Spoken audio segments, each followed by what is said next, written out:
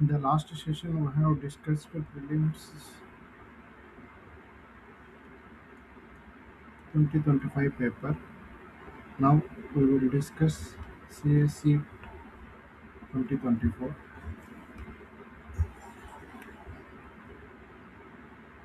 set A. So it is first question is geography question. They have given that the atmosphere is heated more by incoming solar radiation than by terrestrial radiation. This is the first statement. Second statement: carbon dioxide and other greenhouse gases in atmosphere are good observers of long-wave radiation. So let's analyze the first and second statement. It is given that in geography, it is we can read directly that the major part of insolation is in short wave wavelengths. So whatever the heat receiving from the sun, it will be in wavelengths of range that is present in the atmosphere are not good observing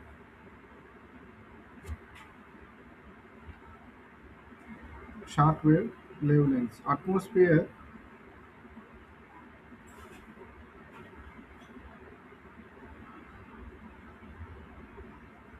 so we need to know about insolation. What is meant by insolation? Insolation means whatever the heat that comes directly from the sun is called heat from sun is called insolation. So in major part of the insolation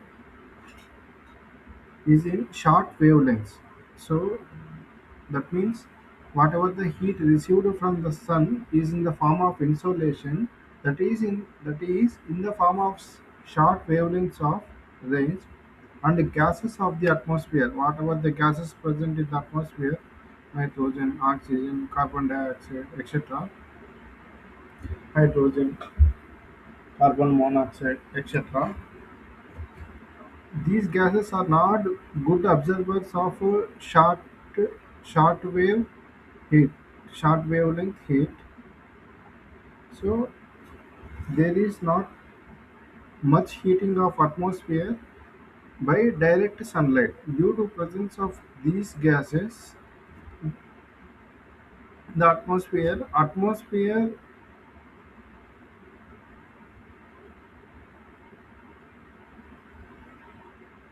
cannot heat much by solar radiation, because these gases restrict the heat radiation. So there will be a ozone layer around the earth. It protects us from the rays of the sun. So when the heat is received from the sun, first the land is heated and then the heat is reflected back to the atmosphere. So they given that atmosphere heated more by incoming solar radiation than by terrestrial radiation. So whatever I said, according to this, first land is heated, then heat is reflected back to the atmosphere. So first statement is wrong. So now we have eliminated one option. Now directly go to options. Once you have eliminated, both statement 1 and 2 are correct. So we have eliminated first one is wrong. So option A is wrong. Both statement 1 and 2 are correct. So first statement is wrong. So D also eliminated. Statement 1 is correct. No, wrong. Statement D is incorrect. So answer will be this one. If you know one statement in such type of questions, we can eliminate uh, options and then we can mark the answer. So and now let us analyze second option. Carbon dioxide and other greenhouse gases in atmosphere are good observers of long wave radiation. Already we have seen that in insolation, whatever received by air is in short waveforms and heats up its surface. Earth యొక్క surface అనేది sun నుంచి వచ్చిన insulation heat ఏదైతే ఉందో దాని ద్వారా heat అవుతుంది. What the earth after being heated itself from becomes a radiating body. Sun నుంచి వచ్చిన హీట్ ఫస్ట్ ల్యాండ్ హీట్ అవుతుంది. తర్వాత అది రిఫ్లెక్ట్ అవుతుంది అనమాట బ్యాక్కి. దాని ద్వారా అట్మాస్ఫియర్ అనేది హీట్ అవుతుంది. అది ఏ విధంగా అయితే షార్ట్ వేవ్ ఫామ్లో కాకుండా లాంగ్ వేవ్ ఫామ్లో రిఫ్లెక్ట్ అవుతుంది అనమాట. This energy heats atmosphere from below. So పైనుంచి వచ్చిన ఏదైతే సన్ నుంచి వచ్చిన హీట్ నుంచి కాకుండా ఎర్త్ యొక్క అట్మాస్ఫియర్, ఎర్త్ యొక్క ల్యాండ్ ఏదైతే టెర్రెస్ట్రియల్ ఉందో అక్కడి నుంచి రిఫ్లెక్ట్ అవుతుంది అనమాట up to some feel, up to some height. So దీన్ని ఏమంటారంటే టెర్రెస్ట్రియల్ రేడియేషన్ అంటారు.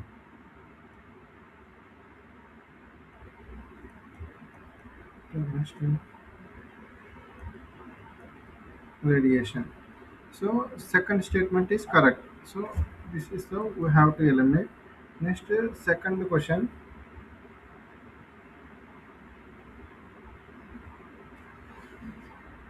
Thickness of troposphere at the equator is much greater as compared to poles. At the equator, heat is transported to great height by strong conventional current. These are the two statements given. So first of all, there are layers in the earth. Those will be stratosphere, troposphere, mesosphere, like that. So these layers will range from like 0 to 50 kilometers up to certain ranges of kilometers in the atmosphere. So whatever in the lower latitudes, the lower latitudes have strong conventional currents. So it is suppose that it is a equator. Think that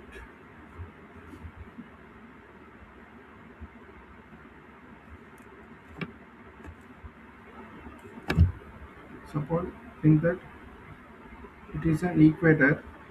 Near the equator, there is a strong conventional currents because of intense heating. Near the heating, there will be temperatures around more than sometimes around 100 degrees centigrades, like that.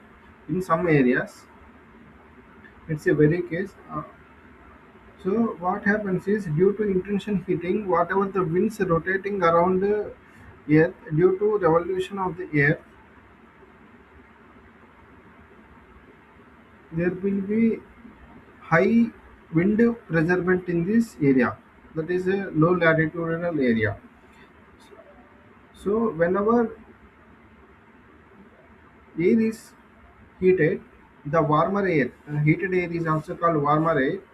The heated, whenever the air is heated, it rises to higher latitudes, that is higher spheres, that is whether it is a troposphere, stratosphere or mesosphere. So as air rises అంటే గాలి అనేది పైకి వెళ్తే అక్కడ రాను రాను temperature అనేది అందులో ఉన్న ఎన్విరాన్మెంట్లో ఉన్న నేచురల్ ఫ్యాక్టర్స్తో కలిసి ఆ యొక్క ఎయిర్ యొక్క టెంపరేచర్ అనేది తగ్గిపోతుంది అనమాట. So air becomes cool.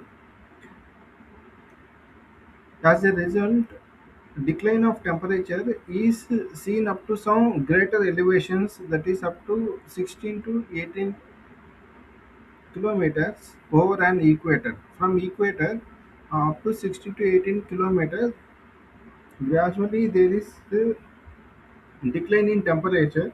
So as we go to higher latitudes, convention get weakened. So what convention winds, whatever the winds we are receiving, will be very less. So so at the poles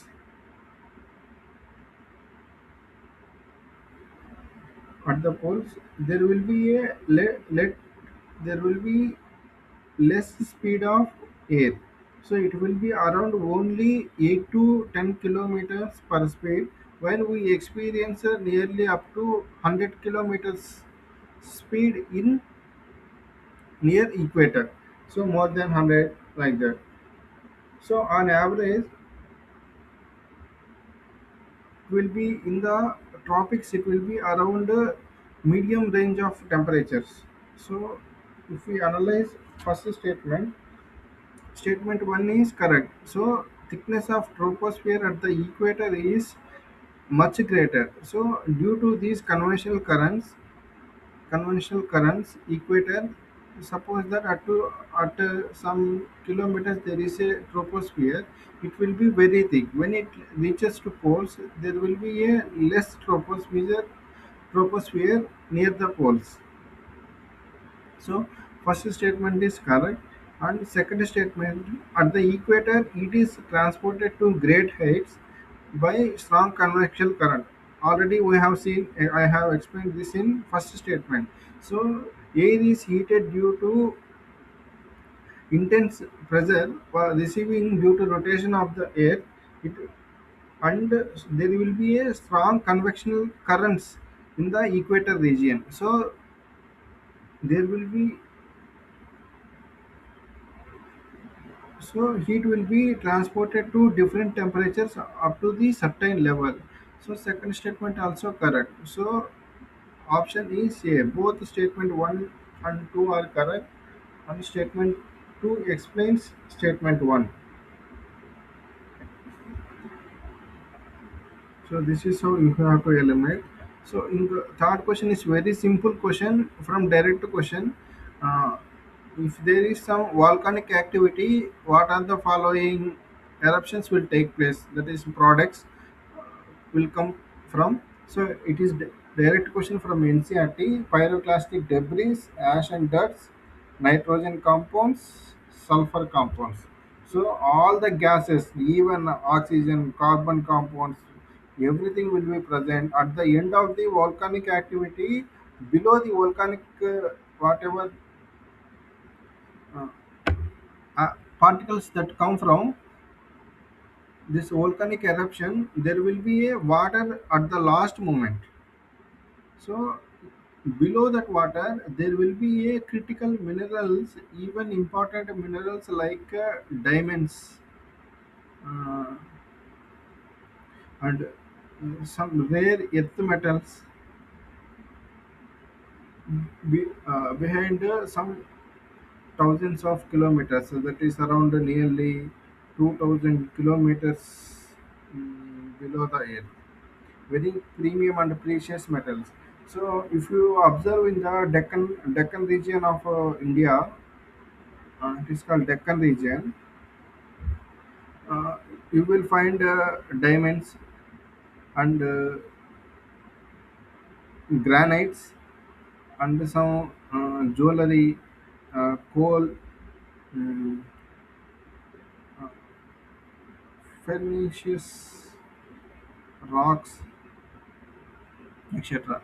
Even suppose example Karnool Jonagiri, we find diamonds in this region, because all this region once was in this region, the it is completely full of volcanic activity. Some thousands of years ago, around 10,000 years back and before. So option is D. Next one, fourth question. What are the following is are correct inferences from isothermal maps from month of January? So month of Januaryలో isotherms యొక్క inferences ఏంటి అని అడిగాడు. Next one, let us go to first first option. Isotherms deviate to the north over the ocean and to the south over the continent. Second statement, presence of cold ocean currents, Gulf Stream and North Atlantic Drift and North Atlantic Ocean colder and isotherms bend toward the north. So these were the two statements given.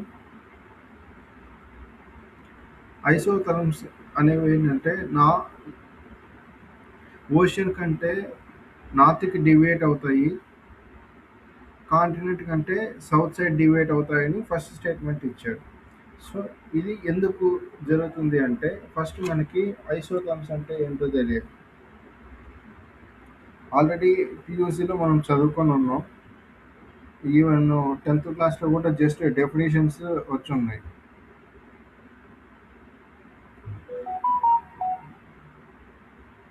So ఐసోథర్మ్స్ అనేవి ఏంటంటే ఒక imaginary lines అన్నమాట. Suppose that ఇది world map అనుకుందాం. North America, south America,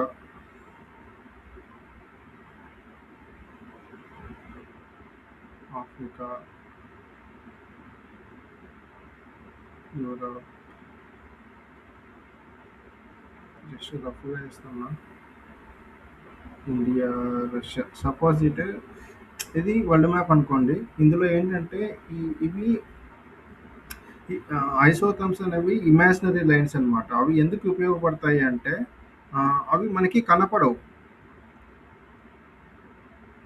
so ఇలా ఉంటాయి ప్రతి ఏరియాలో ఇక్కడ.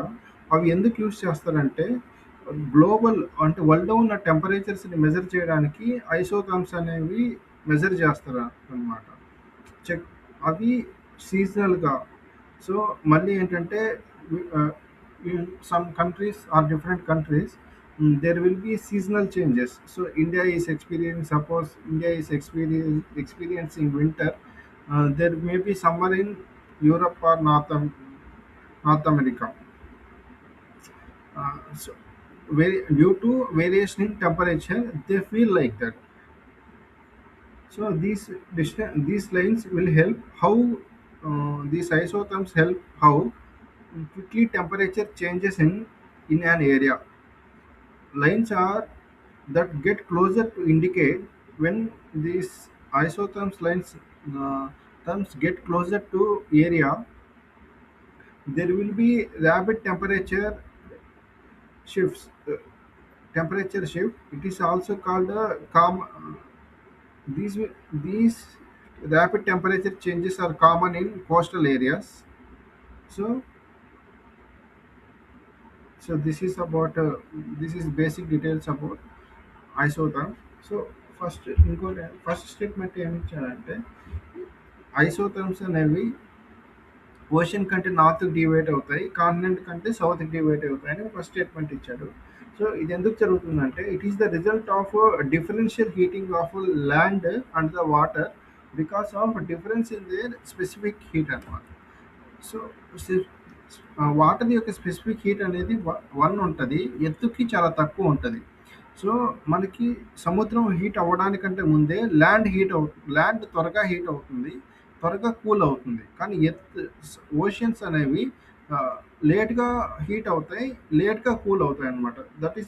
This is because of specific heat. So as isotherms leaves the land, isotherms అనేవి ల్యాండ్ని వదిలేస్తే they usually bend rather sharply toward the pole. So once ఈ ఐసోథర్మ్స్ అనేవి వదిలేస్తే ర్యాపిడ్ టెంపరేచర్ చేంజెస్ వల్ల ఐసోథర్మ్స్ అనేవి పోల్కి రీచ్ అవుతాయి అన్నమాట. Suppose it is the globe, ఇది ఇండియా అనుకోండి. సో ఇక్కడ మనకి ఇండియన్ ఓషన్ ఉంది.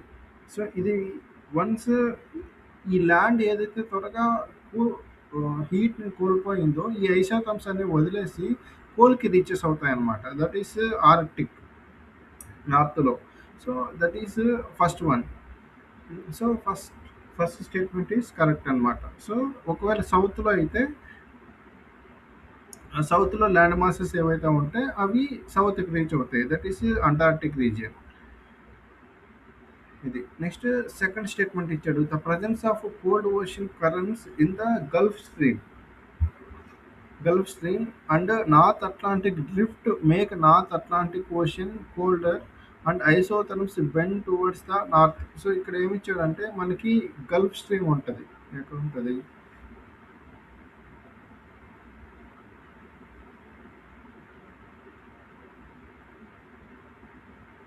సో మనకి గల్ఫ్ స్ట్రీమ్ మీకు మ్యాప్ ప్రకారంగా చెప్పాలంటే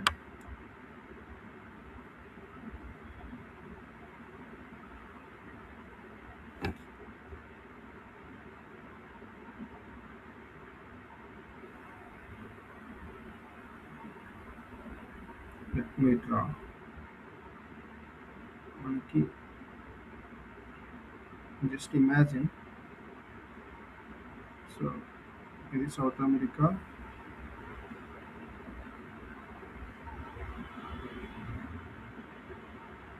నార్త్ అమెరికా, గ్రీన్లాండ్,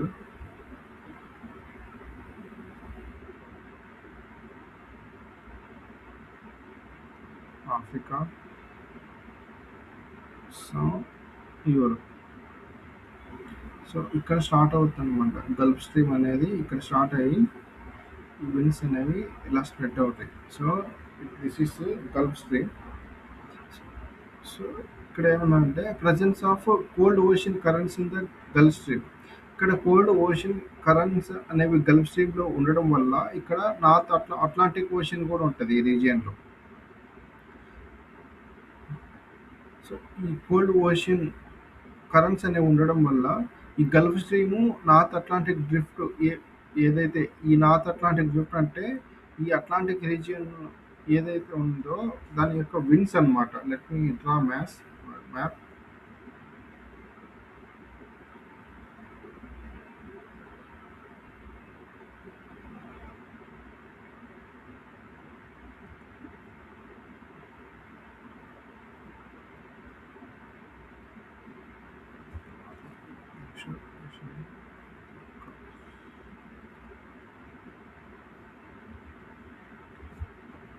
సో ఇక్కడ North Atlantic, observe this orange colour, North Atlantic Drift అనేది ఉంటుంది అనమాట. దీనివల్ల ఈ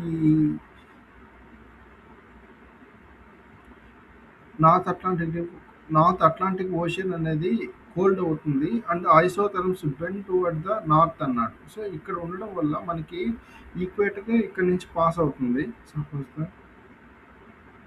సో ఇక్కడ నుంచి ఇలా పాస్ అవుతుంది. ఇక్కడ మనకి నార్త్ అట్లాంటిక్ డ్రిఫ్ట్ అనేది జరుగుతుంది అనమాట. సో ఆల్రెడీ మనం పైన స్టేట్మెంట్లో ఏం చూసుకున్నాం, ఈ కాంటినెంట్స్ కంటే ఇక్కడ ఏదైతే డ్రిఫ్ట్ జరుగుతుందో ఈ నార్త్ అమెరికన్ ప్లేట్ కాంటినెంట్ మధ్య ఏదైతే ఉందో మనకి సౌత్కి వెళ్తాయి అని మనం ఆల్రెడీ చదివాం. కానీ ఇక్కడ ఏమన్నాడు, నార్త్ అన్నాడు. సో సెకండ్ స్టేట్మెంట్ రాంగ్ అనమాట, ఫస్ట్ స్టేట్మెంట్ కరెక్ట్. అర్థమవుతుందా? మైక్ ఆన్ చేసి మాట్లాడండి.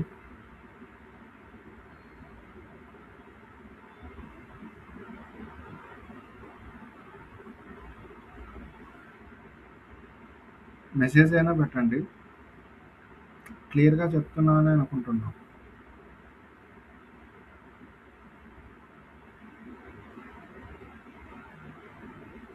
మీకు అర్థం కాకుంటే నేను చెప్పి వేస్ట్ అవుతుంది, అందుకే.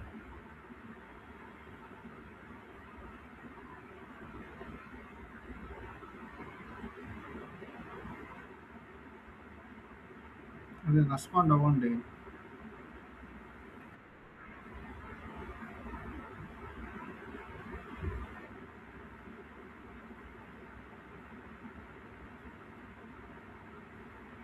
ఇవి బేసిక్స్. మీరు బయట 30,000-40,000 పే చేసినా కూడా ఇంత నీట్గా ఎక్స్ప్లెయిన్ చేయరు.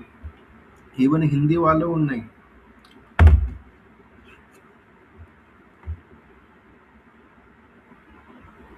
So let us go to next question. Next, it is current affairs question. Last time 2020 టైంలో 2024లో కరెంట్ అఫైర్స్ క్వశ్చన్ అది. Fifth question, which of the following countries are well known as the two largest coca producers in the world? ప్రపంచంలో cocoa అంటే chocolate తయారు చేస్తాం కదా, అవి largest producers ఏవేవి ఉన్నాయి అని. సో ఈజీగా చెప్పొచ్చు అనమాట.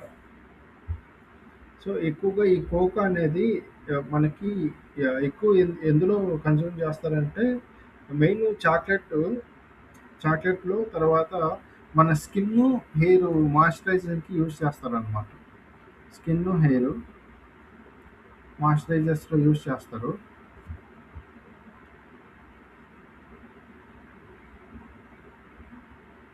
తర్వాత చాక్లెట్స్ అన్నమాట. చాక్లెట్స్ కూడా మన డైరీ మిల్క్ ఈ చాక్లెట్స్ కాదు, డార్క్ చాక్లెట్స్ ఉంటాయి.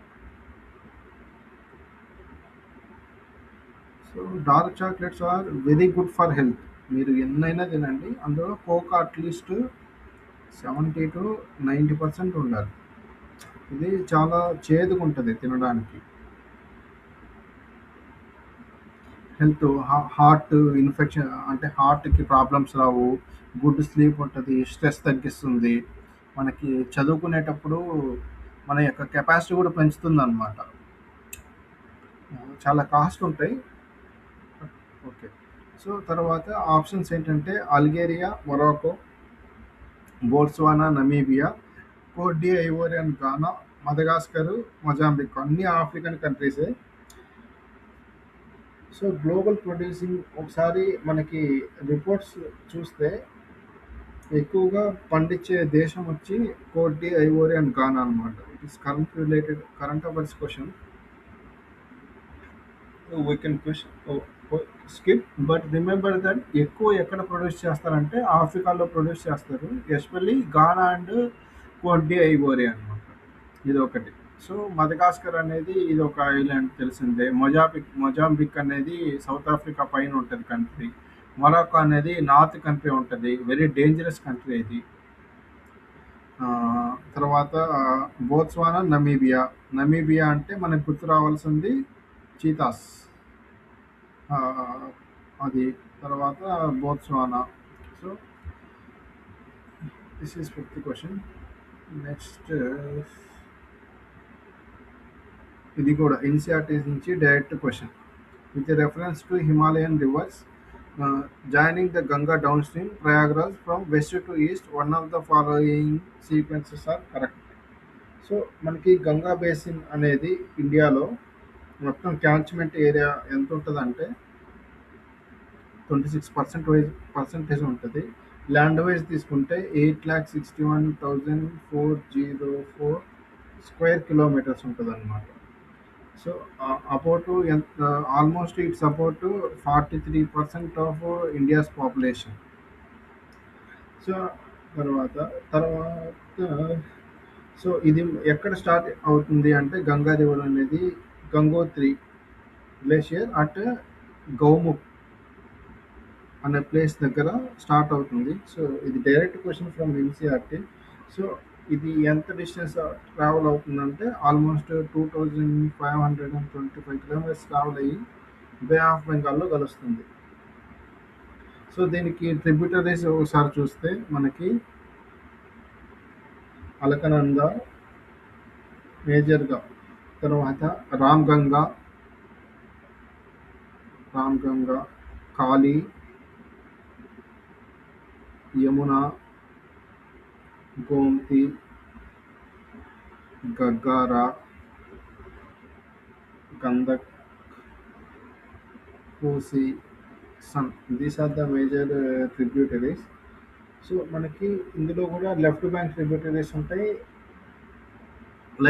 రైట్ బ్యాంక్ ట్రిబ్యూటరీస్ ఉంటాయి అన్నమాట. సో లెఫ్ట్ బ్యాంక్ ట్రిబ్యూటరీస్ ఏవేవి అంటే గోమతి, నెక్స్ట్ గోమతి, గంధకి రివరు, గగ్గారా, కోసి.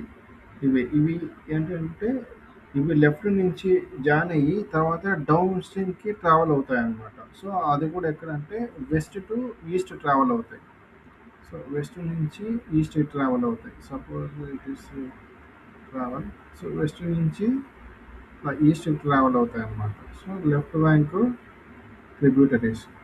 సో ఇచ్చిన ఆప్షన్ ఏంటంటే వెస్ట్ టు ఈస్ట్ ఏవేవి ట్రావెల్ అవుతాయి అన్నాడు. So answer is B, direct from NCERT, Gomti, Ghaghara, Gandak, కోసి.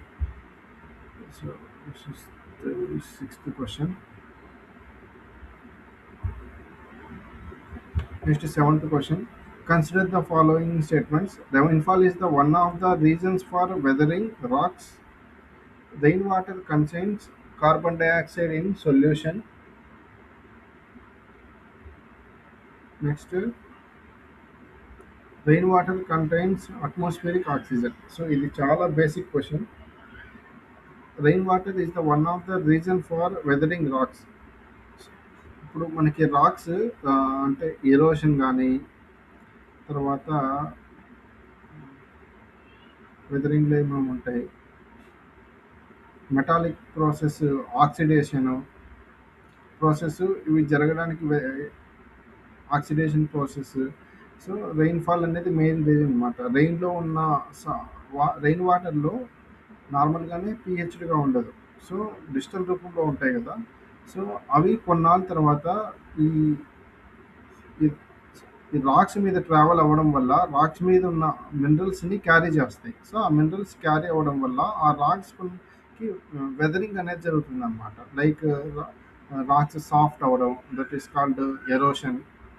అక్కడ ఉన్న సాఫ్ట్ అవ్వడం అంటే దానిపైన ఉన్న మినరల్స్ అన్ని కరిగిపోవడం వల్ల రాక్స్ అనేవి సాఫ్ట్ అవుతాయి అన్నమాట. తర్వాత కలర్ చేంజ్ అవుతాయి. ఎందుకంటే ఈ మినరల్స్‌లో ఉన్న సాల్ట్ కంటెంట్ కానీ ఏదైతే ఉంటదో, లేదంటే యాసిడ్ కంటెంట్. సో న కొన్ని ప్లేసెస్ చోట్ల నైట్రోజన్, సల్ఫర్, ఫాస్ఫరస్ లాంటి ఆహ్, ఎలిమెంట్స్ ఎక్కువ అవ్వడం వల్ల వాటి యొక్క కలర్ అనేది చేంజ్ అవుతుందన్నమాట. So first option is correct. Next rain water contains carbon dioxide in solution. So ఇది కరెక్ట్ స్టేట్మెంట్. డైరెక్ట్ క్వశ్చన్ మనం చిన్నప్పటి నుంచి చదివేదే. Next rain water contains atmospheric oxygen. So third statement also correct. So CO2 ఉన్న చోట అందులోనే carbon, oxygen 2 ఉన్నాయి. So ఆటోమేటిక్‌గా అట్మాస్ఫియరిక్ ఆక్సిజన్ అనేది మిక్స్ అవుతుందన్నమాట.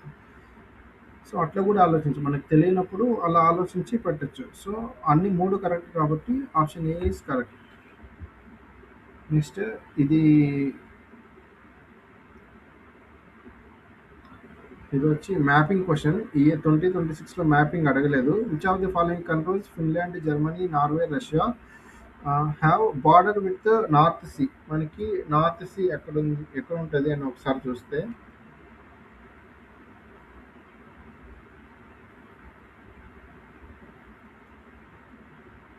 సపోజ్ ఇది యూరోప్ అనుకోండి.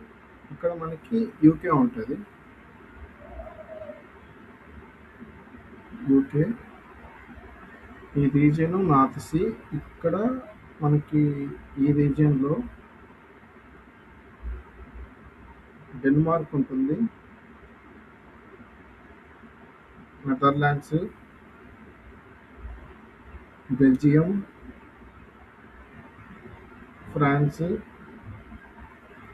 తర్వాత నెదర్లాండ్స్ ఇక్కడ వస్తే జర్మనీ ఉంటుంది అనమాట. సో జర్మనీ కింద లగ్జంబర్గ్ ఉంటుంది. అన్నమాట. సో ఇక్కడ ఏ స్టేట్మెంట్స్ ఇచ్చారు అంటే ఏవేవి టచ్ అవుతాయంటే, ఫస్ట్ మనకి నార్త్ సీ. ఇక్కడ నార్త్ సీ అంటే యూరోప్కి టాప్లో అబోవ్ ఉంటుంది. మనకి ఇక్కడ యూకే టచ్ అవుతుంది అనమాట. So it is UK. ఇది యూకే జస్ట్ అజ్యూమ్ చేసుకోండి. So UK. సో ఆప్షన్స్లో యూకే ఇవ్వలేదు. Next one Norway.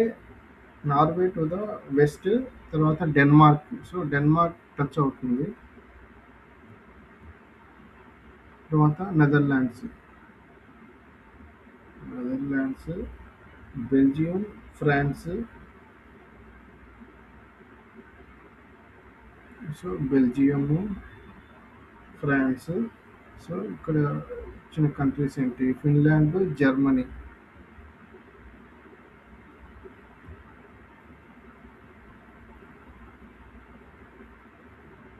డెన్మార్క్.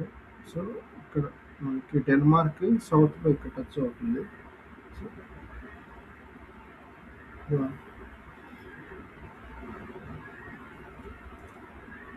ఇచ్చిన కంట్రీస్ ఏమేమి ఇచ్చాడు? Finland, Germany.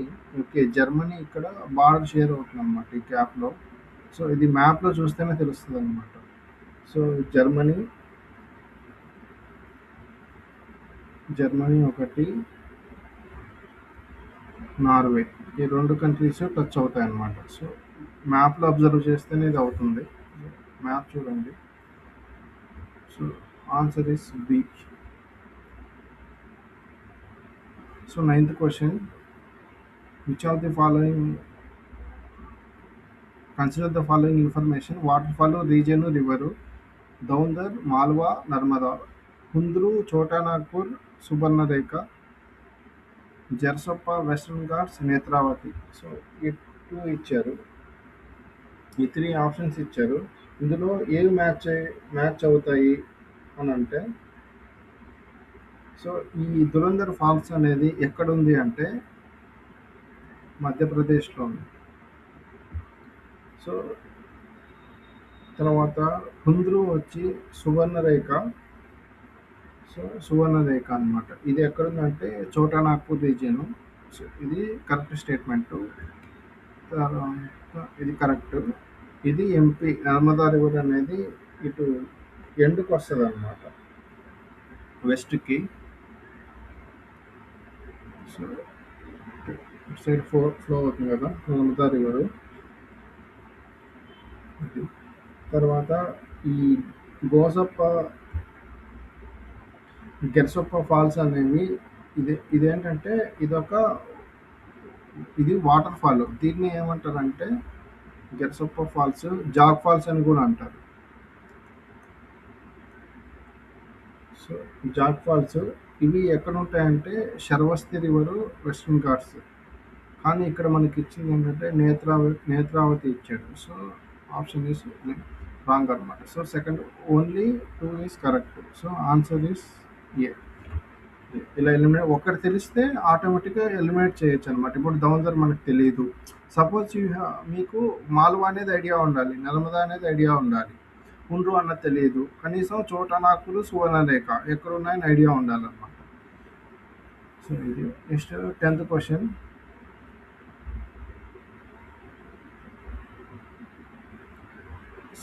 Same about same pattern. Region mountain region, type of mountain. Central Asia oasis cold mountain, Europe Alps block mountain, North America Appalachians cold mountain, South America Andes cold mountain.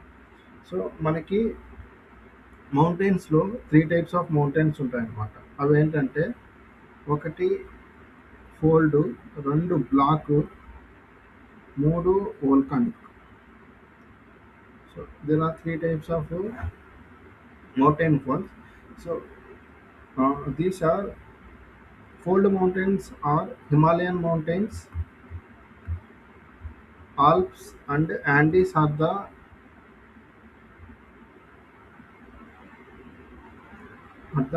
infold mountains. So they have rugged relief and conical peaks. So rugged relief and conical peaks ఉంటాయి. So these are the enfoldments. So Aravalli range is the Aravalli, you know. So it is Gujarat. It is extended to Delhi. So Aravalli range is the one of the oldest fold mountains in the world system. One system. These are formed due to process of erosion from thousands of years ago.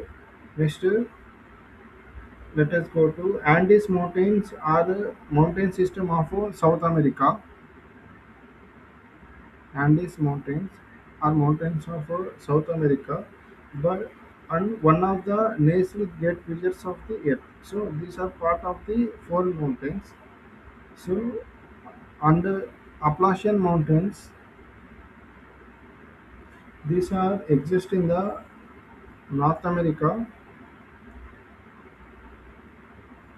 North America. So and these are also fold mountains. So black mountains are present. So they have given the Alps. So Alps are also folded mountains with conical peaks. So these are not black mountains. Let us forget మనకి Alps and mountains ఎక్కడున్నాయో తెలియకుంటే skip that area. అప్పుడు మనకి ఏం తెలియాలి, ఈ Alps అనేవి ఏ types of mountains తెలియాలి. Alps అనేవి ఏంటంటే రగ్గుడ్ రిలీఫ్తో కలిగి ఉండి ఒక టాప్ పీక్స్ అనేవి కొనికల్ షేప్లో ఉంటాయన్నమాట ఆల్ప్స్కి. అది ఒక్కటి తెలిస్తే చాలు. సో అవి ఫోల్డెడ్ మౌంటైన్స్, బ్లాక్డ్ మౌంటైన్స్ కాదు. ఈ ఫోల్డెడ్ మౌంటైన్స్ ఎలా ఫామ్ అవుతాయంటే టెక్టోనిక్ ప్లేట్స్ అనేవి ఢీకొనడం వల్ల ఎత్తులో ఈ ఫోల్డెడ్ మౌంటైన్స్ అనేవి ఫామ్ అవుతాయి అన్నమాట. So this is wrong. Next one, Central Asia oases ఏవైతే ఉన్నాయో అవి వచ్చి యూరోప్‌లో ఉన్నాయి. సెంట్రల్ ఏషియాలో కాదు. యూరోప్‌లో ఉన్నాయి. సో అవి ఎక్కడున్నాయంటే రోమన్ అనే ఒక రీజియన్‌లో ఉన్నాయి. సో ఇవి బ్లాక్ మౌంటైన్స్ అన్నమాట. ఫోల్డ్ మౌంటైన్స్ కాదు. Block mountains.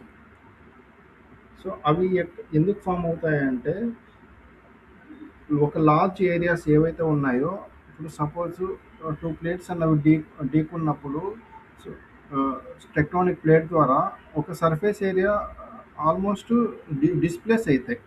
సపోజ్ ఈ ప్లేట్ని డిస్ప్లేస్ చేయడం ఇలా జరిగితే ఇలా బ్లాక్ హోల్డ్ మౌంటైన్స్ అనేవి జరుగుతూ ఉంటాయి. So option 1, 2 wrong. So answer is only 2.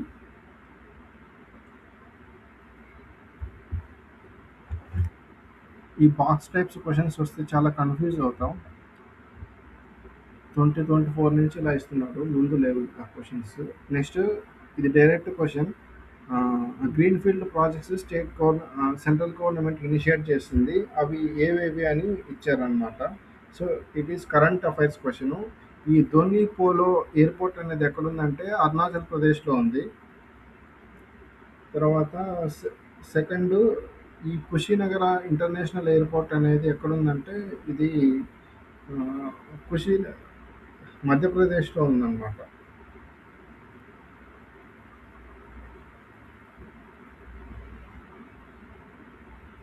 Okay. So ఇది కూడా కరెక్ట్. తర్వాత విజయవాడ ఇంటర్నేషనల్ ఎయిర్పోర్ట్ ఇది రాంగ్ అన్నమాట. So it is current affairs question. Sorry, ఇది కుషినగర్ ఎయిర్పోర్ట్ అనేది యూపీలో ఉంది. కుషినగర్ ఎయిర్పోర్ట్. తర్వాత గ్వాలియర్ గ్వాలియర్ వచ్చి Madhya Pradesh. It is current affairs question అనమాట. అప్పుడు వచ్చింది అది. సో అసలు గ్రీన్ ఫీల్డ్ ఏంటంటే కొత్తగా అప్రూవ్ చేసే ప్రాజెక్ట్స్ని గ్రీన్ ఫీల్డ్ ప్రాజెక్ట్స్ అంటారు. సో అట్లాగే మనకి అరుణాచల్ ప్రదేశ్లో ఇంకొకటి ఉందన్నమాట. ధోనిపల్లి కాకుండా హోలంగి అని ఇంకొక ఎయిర్పోర్ట్ ఉంటుంది. అట్లాగే అదొకటి. తర్వాత ఓర్వకల్లు ప్రాజెక్ట్ కానీ భోగాపురం ఓర్వకల్లు అది కర్నూలు. యాక్చువల్గా స్టేట్ గవర్నమెంట్స్ ఏంటంటే మేమే కన్స్ట్రక్షన్ చేస్తున్నాం ప్రాజెక్ట్స్ అది ఇది అనుకుంటారు. ఆ స్టేట్ గవర్నమెంట్స్ బిల్డప్ కొట్టడం తప్ప ఒక్క ప్రాజెక్ట్స్ ఉండదు అనమాట. State government do nothing. Every fund is sponsored by central government. So మనకి 2014 ముందు ఆల్మోస్ట్ 70,000 కిలోమీటర్స్ కంటే తక్కువ ఉండేటివి రోడ్స్. కానీ ఇప్పుడు ఆల్మోస్ట్ ఇండియాలో 151,000 కిలోమీటర్స్ దారిపోయాయి. ఎయిర్పోర్ట్స్ తక్కువ ఉన్నాయి. ఇప్పుడు ఆల్మోస్ట్ డబుల్ అయింది. రైల్వేస్ డబుల్ అయ్యాయి. సో అనమాట స్టేట్ గవర్నమెంట్స్ ఇప్పుడు సపోజ్ ఇప్పుడు ముసలి వాళ్ళకి పెన్షన్ ఇస్తుంటారు. ఆ పెన్షన్స్ కూడా ఇచ్చే దాంట్లో సెంట్రల్ గవర్నమెంట్ ఉంటుంది అనమాట. స్టేట్ గవర్నమెంట్ షేర్ ఉంటుంది. స్టేట్ గవర్నమెంట్కి నార్మల్గా అయితే 60:40 రేషియో. సో 60% సెంట్రల్ ఉంటుంది, 40% స్టేట్ ఉంటుంది. ఈ 60%లో మనకి పల్లెలకి రోడ్స్ వేస్తుంటారు గ్రామీణ సడక్ యోజన స్కీమ్ కింద. అది సెంట్రల్ గవర్నమెంట్ స్పాన్సర్ చేస్తుంది. తర్వాత అర్బన్ సడక్ యోజన అది సెంట్రల్ గవర్నమెంటే స్పాన్సర్ చేస్తుంది. ఈ స్టేట్ గవర్నమెంట్ కాంట్రాక్ట్స్కి సరిగ్గా ఫండ్స్ ఇవ్వవు. మెయిన్ ఎక్కడ ఈ బిల్స్ కన్స్ట్రక్ట్ చేసేవి ఎక్కడ లాస్ అవుతాయంటే సెంట్రల్ గవర్నమెంట్ ఆల్మోస్ట్ కరెక్ట్గా రిలీజ్ చేస్తుంది. 9% ఈ డీబీటీ ప్రాసెస్ వచ్చిన తర్వాత డైరెక్ట్గా రిలీజ్ చేస్తుంది. కానీ ఈ సెంట్రల్ గవర్నమెంట్లో స్టేట్ గవర్నమెంట్లో జరిగే ఈ బ్యాక్లాగ్స్ ఏవైతే ఉంటాయో లైక్ ఫండ్స్ సరిగ్గా రిలీజ్ చేయకపోవడం, టైం టు టైం కాంట్రాక్టర్కి మనీ రిలీజ్ చేయకపోవడం వల్ల వాళ్ళు నాసిరకం రోడ్లు వేస్తారు, నాసిరకం బ్రిడ్జ్ కడతారు. అందువల్ల ఏంటంటే అవి డిస్ట్రక్షన్ అవుతాయన్నమాట. మెయిన్ ఇష్యూ ఏంటంటే అదే ఇష్యూ. ఇక్కడ ఈ స్టేట్ గవర్నమెంట్స్ వల్లనే ప్రాబ్లం అవుతుంది. కాంట్రాక్టర్స్కి సరిగ్గా రిలీజ్ చేయకపోవడం, వాటిని కేర్ టేక్ చేయకపోవడం, ఫండ్స్ని డిలే చేయడం, ఫండ్స్ని వేరే స్కీమ్స్కి డైవర్ట్ చేయడం ఇలాంటివి. So 12th question, with reference to water vapour which of the following statements is are correct? It is a gas amount of which decrease with the altitude. So so ఇది water vapour గురించి. Direct altitude water vapour అంటే మనకి మనకు తెలిసింది ఏంటంటే it is also ఏ మనకి water వేపర్ని ఏమని పిలుస్తాం, వేరియబుల్ గ్యాస్ అని పిలుస్తాం. అంటే చేంజ్ అవుతూ ఉంటుంది. ఇట్లా డిగ్రీ వాటర్ వేపర్ అనేది ఆల్టిట్యూడ్ అంటే హైట్ పెరిగే కొద్దీ డిక్రీజ్ అవుతుంది. So first statement correct. So the percentage is maximum at the poles. So ఇది తప్పు అనమాట. ఈక్వేటర్ దగ్గర వాటర్ వేపర్ ఈక్వేటర్ నుంచి పైకి పోల్స్ దగ్గర పెరిగేటప్పుడు తగ్గుతుందన్నమాట. So option is A direct question. Next 13th question. Annual daily temper Annual and daily range of temperatures is low. Precipitation occurs throughout the year. Precipitation varies between 50 to 250 centimetre. So ఇది direct question from అంటే మీకు క్లైమటాలజీలో చదివినప్పుడు types of forest, rains, clouds అక్కడ వస్తుంది అనమాట. So answer వచ్చి ఇది marine west coast climate.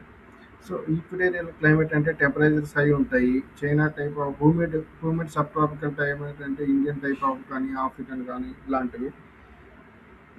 So ఇది direct question. Next question 14th. With reference to Coriolis force, which of the following statements are correct? It increases with the increase in wind velocity. ఇది తర్వాత it is maximum at the poles and absent at the equator అని ఇచ్చాడు. So Coriolis force అంటే ఏంటంటే మనకి ఎత్తు rotate జరిగేటప్పుడు ఏదైతే ఫోర్స్ అనేది ఉంటుందో దాన్నే కొరియోలిస్ ఫోర్స్ అంటారు అనమాట. సో అది ఎక్కడి నుంచి రొటేషనల్ స్పీడ్ అనేది ఎక్కడి నుంచి క్యాలిక్యులేట్ చేస్తారంటే ఈక్వేటర్ నుంచి పోల్స్కి చెక్ చేస్తారనమాట. సో వన్స్ ఎత్తు రొటేషనల్ స్పీడ్ డిక్రీజ్ అయిందంటే the Coriolis the rate of decrease of earth rotational speed from equator to poles ఇక్కడ నుంచి మెజర్ చేస్తారు. సో రొటేషనల్ స్పీడ్ డిక్రీజ్ అయితే at increasing rate from equator to poles. ఈ Coriolis force అనేది ఇక్కడ నుంచి పోల్స్కి వెళ్ళేటప్పుడు సో తగ్గుతుందన్నమాట. సో అదే లోయర్ లాటిట్యూడ్కి వెళ్తే ఈ లోయర్ లాటిట్యూడ్స్కి మూవ్ అయ్యేటప్పుడు ఏవైతే ఉంటాయో అక్కడ స్పీడ్ అనేది ఇంక్రీజ్ అవుతుంది. సో అక్కడ ఏమవుతుందంటే కొరియోలిస్ ఫోర్స్ అనేది చాలా తక్కువ ఉంటుంది. హయ్యర్ లాటిట్యూడ్స్కి వెళ్ళేటప్పుడు స్పీడ్ అనేది డిక్రీజ్ అవుతుంది అనమాట. సో దీనివల్ల ఏమవుతుందంటే ఈ స్ట్రాంగ్ కొరియోలిస్ ఫోర్స్ అనేది ఫామ్ అవుతుంది. సో మనకి విండ్ వెలాసిటీ ఈ కొరియోలిస్ ఫోర్స్ ఎత్తి యొక్క రొటేషన్ వల్ల విండ్ యొక్క వెలాసిటీ అనేది పెరిగినప్పుడు ఏమవుతుందంటే కొరియోలిస్ ఫోర్స్ ఈ ట్రాపిక్స్ దగ్గర ఇంక్రీజ్ అవుతుంది అనమాట. So first statement is correct. Next one it is maximum at the poles and is absent at the equator. So high latitudes వెళ్ళే కొద్దీ ఇంక్రీజ్ అవుతుందని చెప్పాం కదా. So second statement also correct. Answer is C both 1 and 2. So ఇది direct question NCERT నుంచి. On June 24 ఇది కూడా direct question. 15th question. On June 21 every year, which of the following latitudes experience a sunlight more than 12 hours అని అన్నాడు. So ఇది direct question. Answer is Tropic of Cancer, Arctic Circle. June 21 ఏమంటామంటే summer సాలిస్టైస్ అంటాం. అంటే longest day ఉంటుంది అనమాట ఆ రోజు. సో అది ఎక్కడెక్కడ ఎక్కువ ఎక్స్పీరియన్స్ చేస్తామంటే ఆర్కిటిక్ సర్కిల్ దగ్గర, తర్వాత ట్రాపిక్ ఆఫ్ క్యాన్సర్. సో ఇది నెక్స్ట్ మీరు ఇంకా సింపుల్గా గుర్తుపెట్టుకోవాలంటే మనకి ఆర్కిటిక్ సర్కిల్ దగ్గర నార్వే, ఫిన్లాండ్ ఇలాంటి కంట్రీస్ ఉంటాయి. అక్కడ ఈవెన్ సన్లైట్ అనేది 3 months కానీ 60 days కానీ అలానే ఉండిపోతుంది అనమాట. అలా కూడా గుర్తుపెట్టుకోవచ్చు. సో ఇది తర్వాత ట్రాపిక్ ఆఫ్ క్యాప్రికాన్ అంటే ఇప్పుడు సపోజ్ ఈక్వేటరు, ఇది Tropic of Cancer, Tropic of Capricorn. Sun అనేది ఆ June 21 రోజు డైరెక్ట్ ట్రాపిక్ ఆఫ్ క్యాన్సర్ మీద ట్రావెల్ చేస్తుంది అనమాట. సో అందువల్ల ఏమంటే డే అనేది 12 hours కంటే ఎక్కువ ఉంటుంది. తర్వాత ఆర్టిక్ సర్కిల్లో కూడా ఈ రీజియన్ దగ్గరే ఉంటుంది కాబట్టి మనకి నార్వే కానీ ఫిన్లాండ్ కానీ డే లైట్ అనేది ఎక్కువ ఎక్స్పీరియన్స్ చేస్తాయి. So answer is D.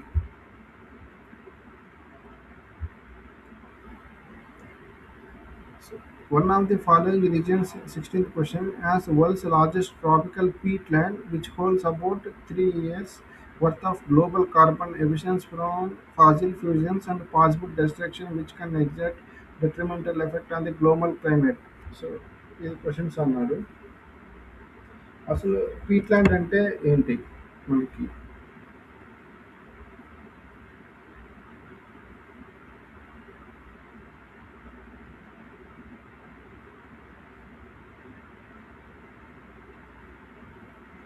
పీట్లాండ్ అంటే మామూలుగా మనకి వెట్లాండ్స్ ఎగ్జాంపుల్ తీసుకోవచ్చు. లైక్ చిత్తడి నేలలు అంటారనమాట తెలుగులో. ఈ చిత్తడి నేలలు అంటే ఏంటంటే ఈ ఎక్కువగా ఈ ఈ పీట్లాండ్స్‌లలో కార్బన్ అనేది ఎక్కువ ఉంటదనమాట. సో, దే సేవ్ అనమాట. ఈ వాటెవర్ ఫారెస్ట్ సేవ్ చేసుకున్న దానికంటే కార్బను ఎక్కువ ఉంటది ఈ ఏరియాస్‌లో. తర్వాత ఈ ఎత్తులో ఉన్న ఎన్విరాన్మెంటల్ చేంజెస్ ఎక్కువగా జరగకుండా, తర్వాత ఈ వాటర్‌ని ప్యూరిఫై చేయడానికి ఈ పీట్లాండ్స్ అనేది కీ రోల్ ప్లే చేస్తాయి. So, this is about the peatland. ఇది ఎక్కడుంది అని అడిగాడు. ఎక్కువ ఎఫెక్ట్ ఎక్కడుంది అని అడిగాడు. సో, ఈ హైయెస్ట్ ట్రాపికల్ పీట్లాండ్ ఎక్కడుందంటే ఈ కాంగో బేసిన్ దగ్గర ఉందనమాట. కాంగో ఒకటి, బ్రెజిల్ అనమాట. So, this is current affairs question. ఇది అప్పుడొచ్చింది. సో, తర్వాత ఎక్కువగా ఎక్కడ స్ట్రెచ్ అవుతుందంటే కెమరూను, తర్వాత central African region,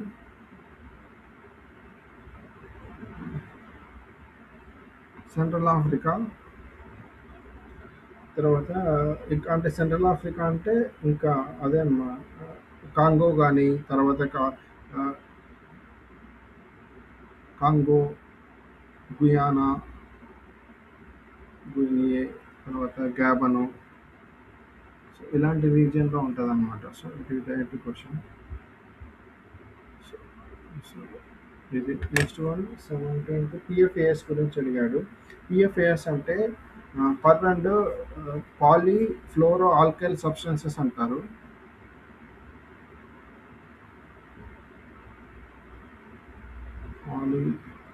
పాలీఫ్లోరో alkyl substances అంటారు. ఇవేంటంటే ఇవి థౌజండ్స్ ఆఫ్ కెమికల్ కాంపౌండ్స్ రూపంలో ఉంటాయి. వేరియస్ టైప్ ఆఫ్ ప్రోడక్ట్స్‌లో యూజ్ చేస్తారనమాట. సో, ఏ రూపంలో ఎంటర్ అవుతాయంటే నార్మల్‌గా ఫుడ్ ప్రొడక్ట్స్, తర్వాత ప్లాంట్స్, తర్వాత ఆహ్, అనిమల్స్ గ్రో అవ్వడానికి, తర్వాత ఏవైతే ఈ కంటామినేటెడ్ ఏరియాస్‌లో ఉంటాయో అక్కడ ఫుడ్ సప్లై చేయడానికి యూజ్ చేస్తారనమాట. సో, మెయిన్‌లీ ఈ పీఎఫ్ అనేసేది ఎక్కువగా యూజ్ చేసేదేంటంటే, ఈ కుక్‌వేర్ ప్రొడక్ట్స్ ఏవైతే ఉంటాయో కుక్‌వేరు, తర్వాత ఫుడ్ ప్యాకేజింగు, తర్వాత ఫుడ్ ప్రాసెసింగు, నాన్ స్టిక్కు, తర్వాత గ్రీజు, తర్వాత వాటర్ రెసిస్టెంట్ ప్రాపర్టీస్ ఏవైతే ఉంటాయో మెటీరియల్స్ అవి వాటర్ రెసిస్టెంట్ అక్కడ యూజ్ చేస్తారనమాట. సో, ఫస్ట్ స్టార్టింగ్ ఏమిచ్చారంటే PFAS are found widespread in drinking water, food package. So, second statement are correct. So, PFAS are not easily degraded అని ఇచ్చాడు. So, అవి ఎందుకు డిగ్రేడ్ అవ్వవు అంటే వాటి యొక్క పర్సిస్టెన్స్ కానీ చాలా ఎక్కువ ఉంటదనమాట. అవి కంటామినేటెడ్ కంటామినేషన్ అయ్యేసరికి చాలా ఎక్కువ డిగ్రేడ్ అవ్వడానికి చాలా ఎక్కువ టైం తీసుకుంటాయి. సో, అందుకే నాన్ స్టిక్ ప్రోడక్ట్స్ గానీ, మనం suppose non stick induction stove వాడుతున్నాం, లేదా పాన్ వాడుతున్నాం. అవి వన్స్ కలర్ వెళ్ళిపోయాయంటే మన హెల్త్‌కి చాలా డ్యామేజ్ ఇస్తాయన్నమాట. అంత ఈజీగా అవ్వవు. ఇట్ లీడ్స్ టు క్యాన్సర్ గానీ, అల్సర్స్ గానీ ఇలాంటి డిసీజెస్‌కి లీడ్ అవుతాయి. So, second statement also correct అనమాట. Next one persistence exposure to PFAS can lead to bioaccumulation in animal bodies. So, ఇప్పుడే చెప్పాను గదా! సో, మనకి ఆహ్, బ్లడ్ బ్లడ్ లెవెల్స్‌లో చేంజెస్ రావడం, తర్వాత ఆహ్, అనిమ్ whether it was a animal కానీ లేదా హ్యూమన్స్ ఎవరైనా సరే వాటిలో పొటెన్షియల్ ఎఫెక్ట్స్ ఏవైతే ఉంటాయో అవి సీరియస్ హెల్త్ ఎఫెక్ట్స్కి కాజ్ అవుతాయి అన్నమాట. ఈ పిఎఫ్ఐఎన్ఎస్ లైక్ ప్లాస్టిక్ అనుకోండి. ప్లాస్టిక్ అంటే కొంచెం సమ్ టైప్ ఆఫ్ బయోమాలిక్యూల్ రూపంలో ఇది అక్యుములేట్ అవుతుంది అనమాట. So all statements are correct. So it is current affairs question అయినా నాలెడ్జ్ కోసం చెప్తున్నా. సో ఇక్కడ direct question: carabid beetles, centipedes, flies, termites ఇవి parasitoid species are how found in how many of above kind of organisms అని ఇచ్చాడు. So పారాసిటైడ్ ఆర్మెన్స్ species అంటే ఏంటంటే ఇవి ఒక స్మాల్ ఇన్సెక్ట్స్, అవి ఇమ్మెచ్యూర్ స్టేజ్లో డెవలప్ అయ్యి వేరే హోస్ట్ యొక్క ఆర్గానిజమ్స్కి అటాక్ అవుతాయి అన్నమాట. సో ఈ పారాసిటైడ్స్ ఏంటంటే వేరే హోస్ట్ సెల్ని ఫీడ్ అయ్యి వాటిని చంపేస్తాయి. So these are called parasitoids. ఇందులో ఏంటంటే మోస్ట్ పారాసిటైడ్స్ ఏవేవి ఉంటాయంటే వాస్ప్స్ ఉంటాయి, తర్వాత వాస్ప్స్, బీస్, మనకి వాస్ప్స్, బీస్ ఇంకా జనరల్గా చెప్పాలంటే, తర్వాత బీస్ అంటే ఎగిరేటివి, ఫ్లైస్ సింపుల్గా. సో ఫ్లైస్, వాస్ప్స్ అన్నమాట. తర్వాత ఇంకోటి ఏంటి, సెంట్రిపెట్స్ అంటే తెలిసిందే మనకి. తర్వాత టెర్మైట్స్.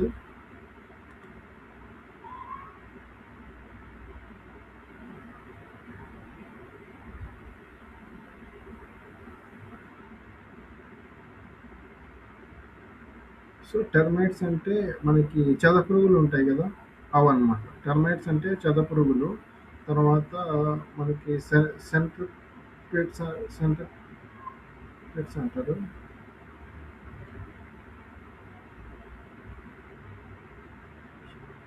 సో సెంట్రిపెట్స్ అంటే మనకి మామూలుగా మనకి బసవన్న వర్షం పడినప్పుడు ఇలా వస్తుంటాయి. లేదంటే జెర్రీ తీసుకోండి ఎగ్జాంపుల్, జెర్రీ. సో ఇది కాదు, ఇది కూడా కాదనమాట. So carbide beetles. So one type of ఈ క్యారాబైడ్ బీటిల్స్ అనేవి వేరే హోస్ట్ మీద డిపెండ్ అయ్యి వాటిని చంపేస్తాయి అనమాట.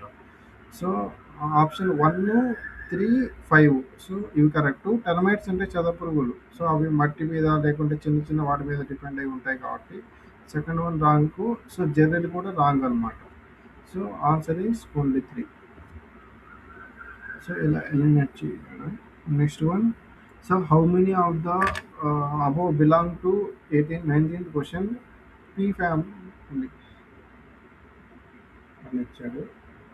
సో పీ ఫ్యామిలీ అంటే దాన్ని మనకి సైంటిఫిక్ నేమ్ ఉంటుంది అనమాట. అంటే like it is type of flowering plants అనమాట. Flowering plants. సో మనకి ఒకసారి చూస్తే గ్రౌండ్ నట్స్ కూడా ఫ్లవరింగ్ ఇస్తాయి. హార్స్ గ్రామ్ అంటే ఉలవలు తెలుగులో చెప్పాలంటే అవి కూడా ఇస్తాయి. తర్వాత సోయాబాన్ కూడా ఫ్లవరింగ్ ఇస్తాయి అనమాట సింపుల్గా చెప్పాలంటే. So answer is all 3. దీన్ని ఏంటంటే పీస్కి ఒక సైంటిఫిక్ నేమ్ ఉంటుంది. దాన్ని ఏమంటారంటే సిఎం సైట్వియం అంటారు. స్పెల్లింగ్ వచ్చి PSIUM సాటివం అంటారు అనమాట. సో పీస్ యొక్క సైంటిఫిక్ నేమ్ వచ్చి ఇది. So answer is 3. Next one: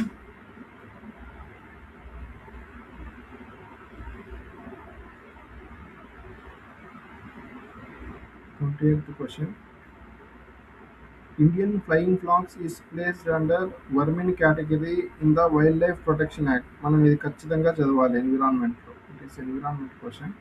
Indian flying fox feeds on the blood of other animals.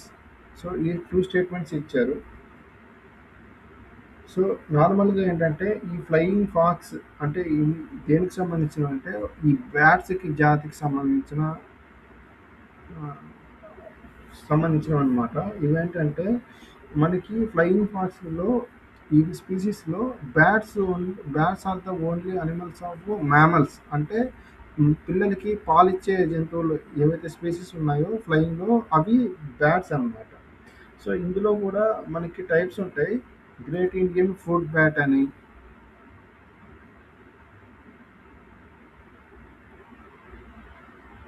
Fruit bat fruit bat ఉంటాయి. అవి ఏంటంటే ఈ ఫ్రూట్స్‌ని తర్వాత వాటి యొక్క జ్యూసెస్ ఏవైతే ఉంటాయో అవి సక్సెషన్ చేసుకొని ఆహ్, చేస్తాయన్నమాట. సో, ఇవి చూస్తే ఫ్రూట్స్ పైన డిపెండ్ అవుతాయి మామూలుగా బ్యాట్స్. సో, సెకండ్ స్టేట్మెంట్ ఏమిచ్చాడు? Indian flying fox feeds on the blood of other animals అన్నాడు. సో, ఇది అవేంటి ఫ్రూట్స్ పైన డిపెండ్ అవుతాయి కాబట్టి సెకండ్ స్టేట్మెంట్ రాంగ్. సో, మనం డైరెక్ట్ ఆప్షన్స్‌కి వెళ్ళిపోదాం. ఇప్పుడు మనకు తెలీదు కాబట్టి. సో, ఇక్కడ ఇచ్చిన స్టేట్మెంట్ ఏంటి? Both statement 1 and 2 are correct. So, answer ఇది eliminated. Second one both statement 1 and 2 are correct, eliminated. So, statement 1 is correct, statement 2 is incorrect, statement 1 is incorrect, statement 2 is correct. So statement 2 అనేది correct ఉన్నాడు, మనకి statement 2 wrong అని prove చేసాం. So option D is eliminated. So answer will be C. So ఇలా eliminate చేయాలన్నమాట. ఇంకా just half an hour, ఇంకో 5 questions అలా డిస్కస్ చేద్దాం.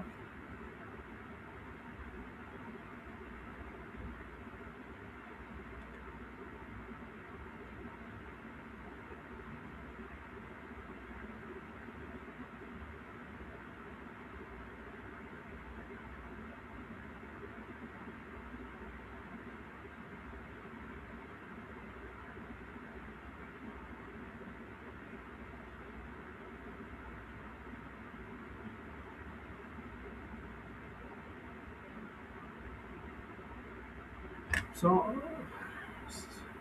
21 question. The organisms Cicada, Frockhopper and Faundscatter are. So so ఇలాంటి simple questions అస్సలు రావట్లేదు, ఇప్పుడు రిమూవ్ చేసేసారు. సో 21st క్వశ్చన్ వెళ్తే ఫ్రాక్ హోపర్ అనేది ఇన్సెక్ట్ అన్నమాట.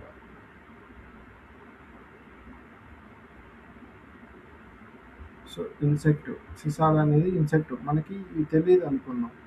సో సిసాడా తర్వాత పాండ్ స్కేటరు, ఇక్కడ ఏమిచ్చాడు?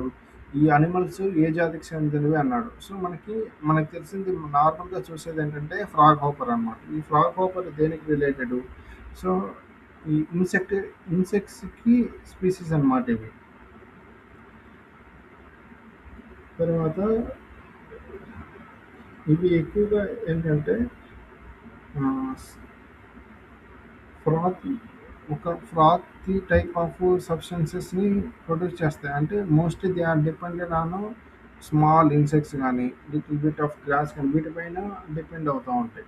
సో ఇవి చిన్నగా హాపింగ్, ఈ ఫ్రాక్ హాపర్స్ అనేవి హాపింగ్ అనమాట. అంటే కొద్దిగానే జంప్ చేస్తుంది, కొద్ది దూరం జంప్ చేయడం, తర్వాత మళ్ళీ కొద్ది దూరం జంప్ చేయడం ఇలాంటివి. సో బర్డ్స్ అనేవి కాదు, ఫిష్ కాదు, రెప్టైల్స్ కాదు. So answer is C. Next one, ఇది ఇంకా సింపుల్ క్వశ్చన్ చూడండి. Many chewing gums found in the market are considered source of environmental pollution. మనం చీవింగ్ గమ్స్ ఏవైతే ఉన్నాయో అవి ఎన్విరాన్మెంటల్ పొల్యూషన్కి సోర్స్ అని. Next, many chewing gums contain plastic as gum base. ఇప్పుడు మనం బబుల్ గమ్ ఉంటుంది, సో అవి మనం తినేసిన తర్వాత ఉమ్మేస్తాం. అదేమవుద్ది? అది డిగ్రేడ్ అవ్వడానికి, even that is food product, it takes some years అనమాట డిగ్రేడ్ అవ్వడానికి. సో అది పొల్యూషన్ కదా. So first statement correct. So ఈ చీవింగ్ గమ్స్ మెయిన్ బేస్ ఎక్కడి నుంచి తయారు చేస్తారంటే దానికి ఎలాస్టిసిటీ ప్రిన్సిపల్ని యూజ్ చేస్తారనమాట. So second statement correct. So answer is A.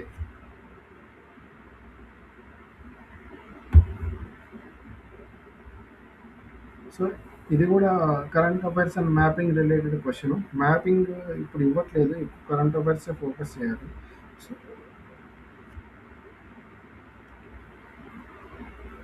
Country animal found in natural habitat Brazil, Indonesia, elk, Madagascar, Borneo. So ఇది environment related question. So ఇందేది అనేది ఏంటంటే it is a type of lemur species అంటారు. So lemur species అంటే ఏంటంటే ఇవి die డైయూనల్ అనమాట. అంటే నైట్ టైము చూడగలవు, తర్వాత అర్బోరియల్ ఎక్కువగా చెట్ల మీదనే నివసించడం. ఆ టైప్ ఆఫ్ అనిమల్స్ అనమాట ఇవి. తర్వాత ఇండోనేషియన్ ఎలక్స్ అన్నారు. సో ఎలక్స్ తర్వాత ఇవి ఎక్కడగా ఈ ఫస్ట్ ఇండియా అనేది ఎక్కువగా ఎక్కడ ఉంటాయంటే ఆఫ్రికా రీజియన్లో ఉంటాయి. ఆఫ్రికా. సో ఆన్సర్ ఇది బ్రెజిల్ అని ఇచ్చాడు. బ్రెజిల్ రాంగ్ అనమాట. సో ఒకటి రాంగ్ వెళ్ళిపోయింది కాబట్టి all the three eliminated. Next Indonesia ఎలుక అని ఇచ్చాడు. సో ఇండోనేషియా ఈ ఎలుక అనే అనిమల్స్ ఎక్కడ ఉంటాయంటే కరెంట్ అఫైర్స్ నుంచి ఇది ఆ, నార్త్ అమెరికాలో ఉంటాయన్నమాట. సో కానీ ఇచ్చింది ఏంటంటే Indonesia. So this is also eliminated. So ఇప్పుడు ఏమైంది, టూ కూడా ఎలిమినేట్ అయిపోయింది. సో ఆన్సర్ ఇంకా మిగిలింది ఏంటి, మదగాస్కరు, బొనాబో. ఈ బొనాబో అనేది ఏంటంటే ఇవి రెయిన్ ఫారెస్ట్లో ఉంటాయన్నమాట ఈ అనిమల్స్. సో రెయిన్ ఫారెస్ట్లో నివసిస్తూ ఉంటాయి. రెయిన్ ఫారెస్ట్ ఈ మదగాస్కర్ అనేది ఎక్కువగా ఒక ఐలాండ్ టైప్లో ఉంటుంది కాబట్టి అది రెయిన్ ఫారెస్ట్ ఏరియా కాదనమాట మదగాస్కర్. సో ఇవి ఎక్కువగా కాంగో బేసిన్లో ఉంటాయి. డీప్ ఫారెస్ట్ ఏరియాస్ టైప్లో కాంగోస్లో ఉంటాయన్నమాట. So option 3 also wrong. So answer is D. నా ఏది కాదు.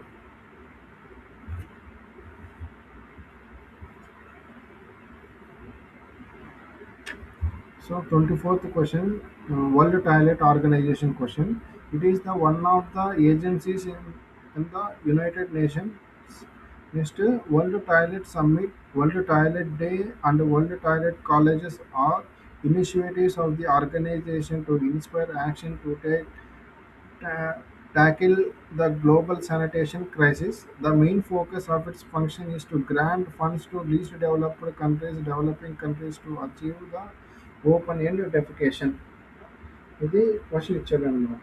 ఈ వరల్డ్ టాయిలెట్ ఆర్గనైజేషన్ ఎప్పుడు ఎస్టాబ్లిష్ చేశారంటే 2001లో ఎస్టాబ్లిష్ చేశారనమాట.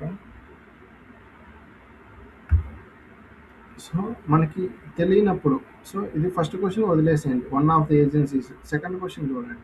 సో మనకి స్టేట్మెంట్స్లో అబ్జర్వ్ చేయడంలో పాజిటివ్ స్టేట్మెంట్స్ ఉంటాయి, నెగిటివ్ స్టేట్మెంట్స్ ఉంటాయి. సో ఈ సపోజ్ ఈ వరల్డ్ టాయిలెట్ సమ్మిట్ అనేది జరిగింది అనుకుంటే world toilet day and world toilet college are initiatives, highlight this word, initiatives of this organization to inspire tackle global sanitation crisis. ప్రపంచంలో ఉన్న sanitation issues ఏవైతే ఉన్నాయో వాటిని రిసాల్వ్ చేయడానికి ఒక సమ్మిట్ అనమాట. సో ఇది పాజిటివ్ స్టేట్మెంట్ ఒక ఆర్గనైజేషన్ గురించి positive. The main focus to is to grant funds to least developed countries,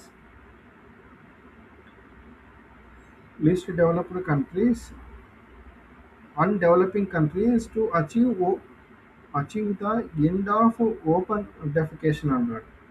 so out side toilet వెళ్ళకుండా ఇవి ఈ ఆర్గనైజేషన్ అనేది వాటి యొక్క గోల్స్ అన్నమాట. సెకండ్ వన్ ఇది ఫండింగ్ ఇవ్వడం అనేది one type of negative statement. So ఇలాంటి ఆర్గనైజేషన్స్ అనేవి ఫండింగ్ ఇవ్వవు, అక్కడ జరిగే ఆలోచన ఏమైనా చేయడానికి ఒక అజెండా అనేసి తీసుకొని వస్తాయి.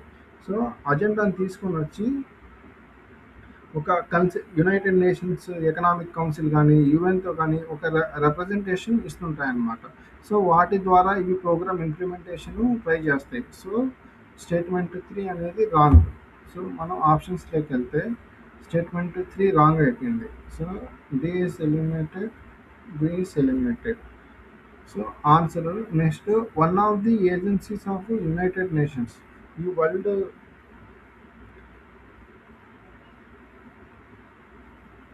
యునైటెడ్ ఈ వరల్డ్ టాయిలెట్ ఆర్గనైజేషన్ అనేది ఏంటంటే యునైటెడ్ నేషన్స్, ఇది ఒక కన్సల్టేటివ్ అంటే ఒక అప్రోచ్ ద్వారా ఫామ్ అయిన ఆర్గనైజేషన్ అనమాట ఇది.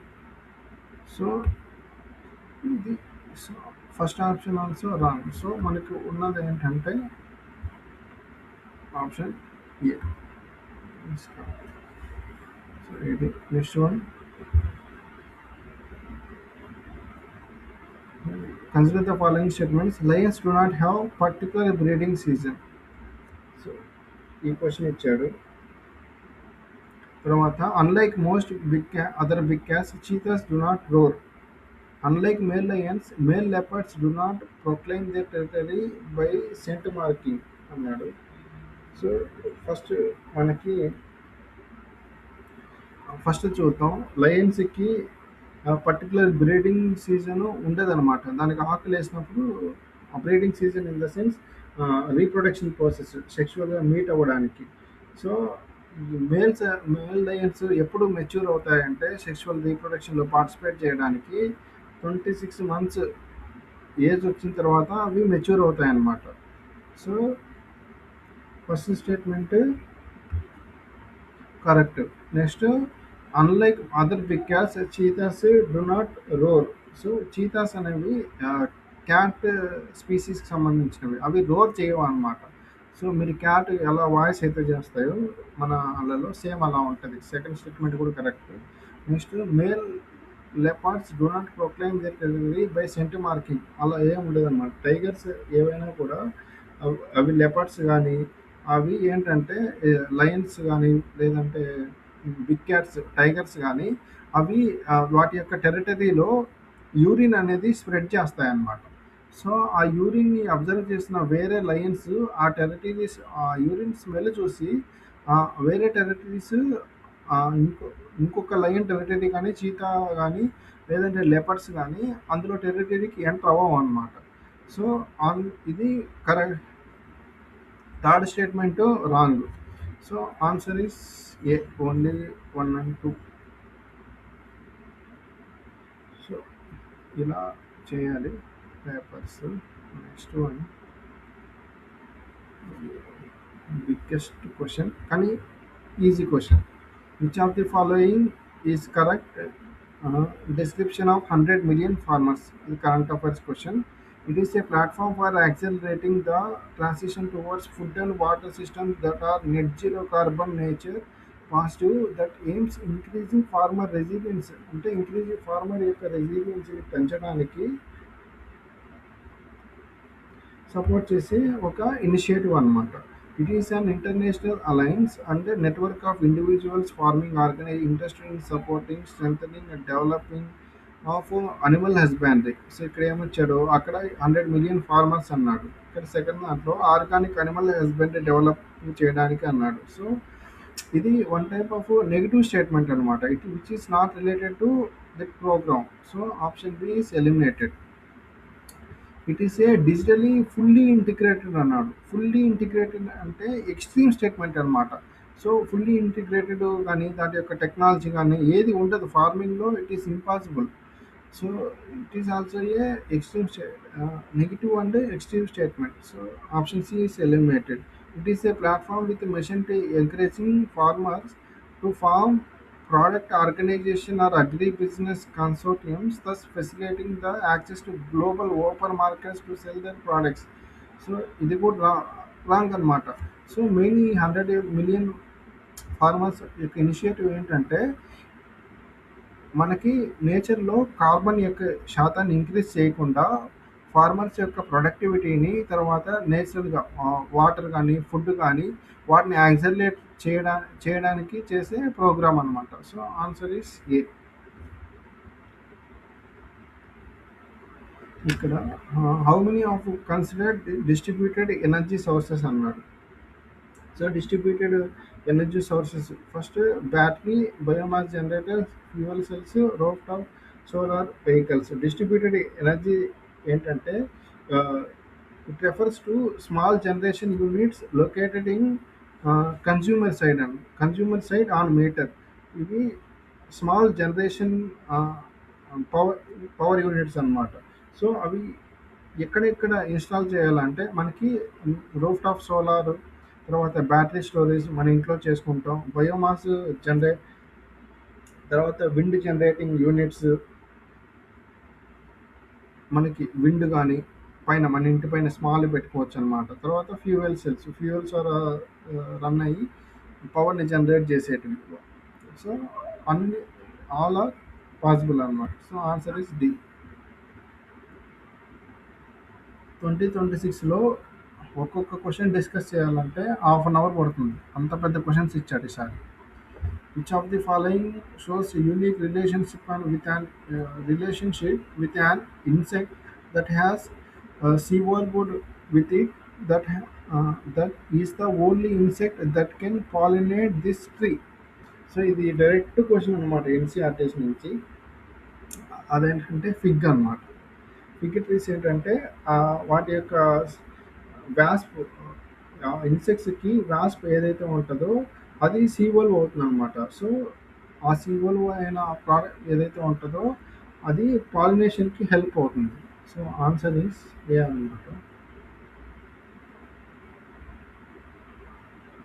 Next, which of the following have a poisonous species among them. Butter easy కనుక్కోవచ్చు.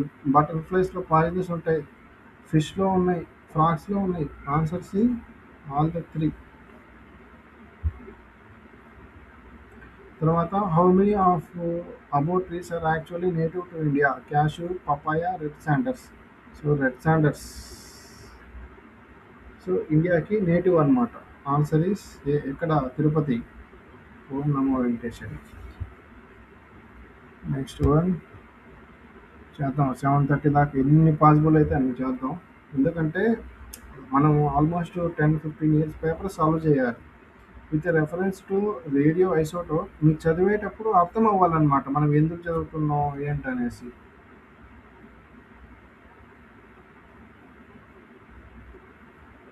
బోరింగ్ అనిపిస్తుంది. యూపీఎస్సి అంటేనే బోరింగ్. చదవలేం.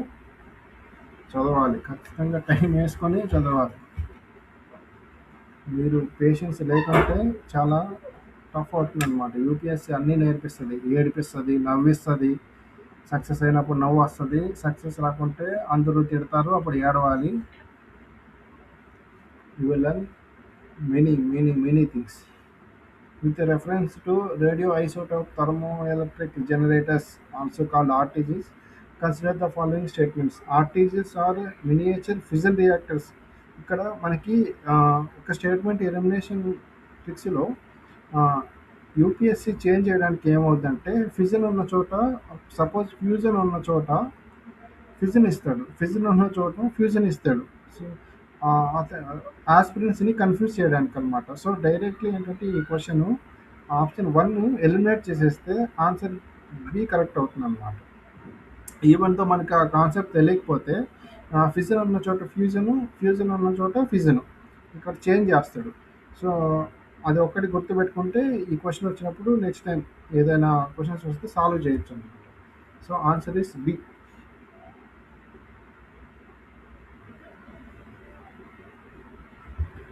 నెక్స్ట్ వన్,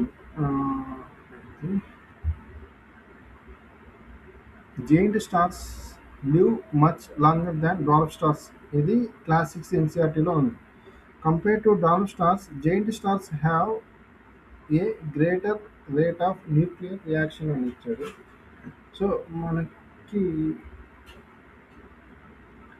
ఈ జెయింట్ స్టార్స్ ఎక్కువ పెద్దగా ఉంటే కన్నా వాటికి లైఫ్ టైం అనేది చాలా తక్కువ ఉంటుంది అనమాట. ఇది 6th క్లాస్లో ఉంది ఎన్సీఆర్టీస్లో, గుర్తుపెట్టుకోండి. So first statement wrong. Star పెద్దదైతే లైఫ్ స్పాన్ చిన్నది, ఇన్వర్స్లీ ప్రపోర్షను, అది గుర్తుపెట్టుకోండి. So first statement wrong. So answer ఏంటి? డి. ఫస్ట్ స్టేట్మెంట్ ఎలిమినేట్ చేసేసాం. సెకండ్ మనకు తెలియకపోతే ఫస్ట్ స్టేట్మెంట్ రాంగ్ కదా. సో స్టేట్మెంట్ 1, 2 ఆర్ కరెక్ట్ ఇచ్చాడు. ఆప్షన్ ఏ తప్పు, బి తప్పు, స్టేట్మెంట్ 1 కరెక్ట్ అన్నాడు. సో సి తప్పు. Answer is D. Statement 1 is incorrect, statement 2 is correct. So answer is D. ఇలా ఎలిమినేట్ చేయాలన్నమాట. మీరు గ్రూప్లో నేను పోస్ట్ చేసే కరెంట్ అఫైర్స్ నీట్గా చదివితే చాలు, ఇంకా మళ్ళీ ఎక్కువ ఎఫర్ట్స్ పెట్టాల్సిన అవసరం ఉండదు. Next, which of the following is synthesized in human body that dilates blood vessels and increase blood flow? Direct answer ఇది. ఆన్సర్ ఏంటంటే nitric oxide. Biology question, biology 10th class biology చదివితే చాలా అన్నమాట దీనికి. తర్వాత identification of narcotics, 34th question. On passengers at airports or an aircraft, monitoring of precipitation, tracking the migration of animals. Which of the following activities can be radars radars use చేసి ఏమేమి చేయొచ్చు అని అడిగాడు. Identification of narcotics on passengers at ఎయిర్పోర్ట్స్లో narcotics use చేయడానికి అని అన్నాడు అనమాట. సో నార్కోటిక్స్కి రాడార్స్కి సంబంధం ఉండదు. Option 1 eliminated. ప్రెసిపిటేషన్ రాడార్స్తో మనం ఎన్విరాన్మెంట్ని మానిటర్ చేస్తాం. సో ఆటోమేటిక్గా నేచర్లో ప్రెసిపిటేషన్ కానీ హ్యూమిడిటీ కానీ ఇవి ఫైండ్ చేయొచ్చు. So second statement correct. తర్వాత tracking migration of animals. So tracking చేయొచ్చు కదా, రాడార్స్ యూస్ చేసి మూమెంట్స్ని కనుక్కోవచ్చు అనమాట, లివింగ్ స్పీసీస్ యొక్క మూమెంట్స్ని. So answer is B, only 2. తర్వాత consider the following Rafale MiG-21 Tejas MK1 consider fifth generation fighter aircraft. మన ఇండియాలో ఇంతవరకు ఫిఫ్త్ జనరేషన్ ఎయిర్ క్రాఫ్ట్స్ రాలేదు. రీసెంట్గా రష్యాతో జరిగిన డీల్లో సుఖోయ్ అవి డీలింగ్లో ఉన్నాయన్నమాట, ఇంకా యాక్సెప్ట్ చేయలేదు. So answer is D.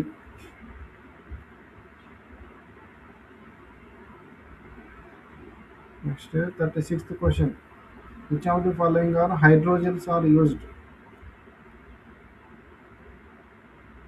So hydrogels అంటే ఏంటంటే ఇవి వాటర్ అబ్జర్వ్ చేసుకునే ఒక పాలిమర్స్ అన్నమాట.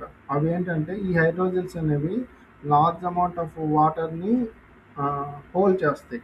సో ఎక్కువగా వీటిని ఎక్కడ యూస్ చేస్తారంటే హైడ్రోజెల్స్ని వాటర్ యూస్ చేయడానికి, లైక్ మెడికేషన్స్లో యూస్ చేస్తారు. ఎందుకంటే వాటి యొక్క టెంపరేచర్స్ మెయింటైన్ చేయడానికి కానీ, లేదా కంపాటబిలిటీగా ఎన్విరాన్మెంట్లో జరిగే చేంజెస్ వల్ల వాటికి drugs in the sense medicines కానీ, ఓన్ డ్రెస్సింగ్స్ కానీ, వాటి యొక్క నేచర్ని కోల్పోకుండా ఉండడానికి యూస్ చేస్తారు ఈ hydrogels. So option drug delivery, it is useful. So correct. Mobile air conditioning systems. So air conditioning systems in the sense ACs అనమాట.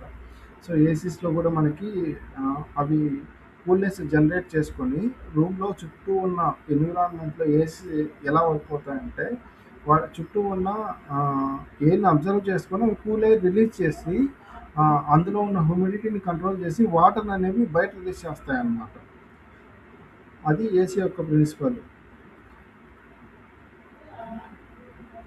అది తర్వాత అదే మనకి ఇంకొకటి ఏంటి, ఏసీ ఉంటుంది, కూలర్ అనుకోండి, మనం వాటర్ పంప్ చేస్తాం, అందులో ఉన్న హ్యూమిడిటీని వాటర్లో ఉన్న కంటెంట్ని ఎయిర్ అనేది అబ్జర్వ్ చేసుకొని ఎయిర్ ద్వారా పుష్ చేస్తుంది అనమాట.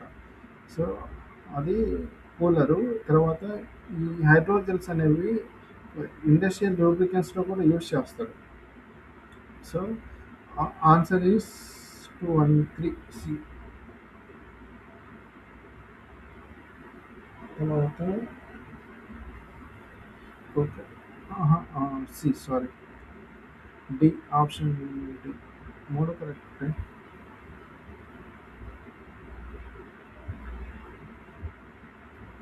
So next one. Which of the following is the exhaust pipe emission from fuel cell electric vehicles? Already 2025 దాంట్లో కూడా మనం డిస్కస్ చేసాం ఈవీస్ గురించి. FEVs క్వశ్చన్ ఒకటి వచ్చింది కదా, అది ఇందులో exhaust pipe emission from fuel cell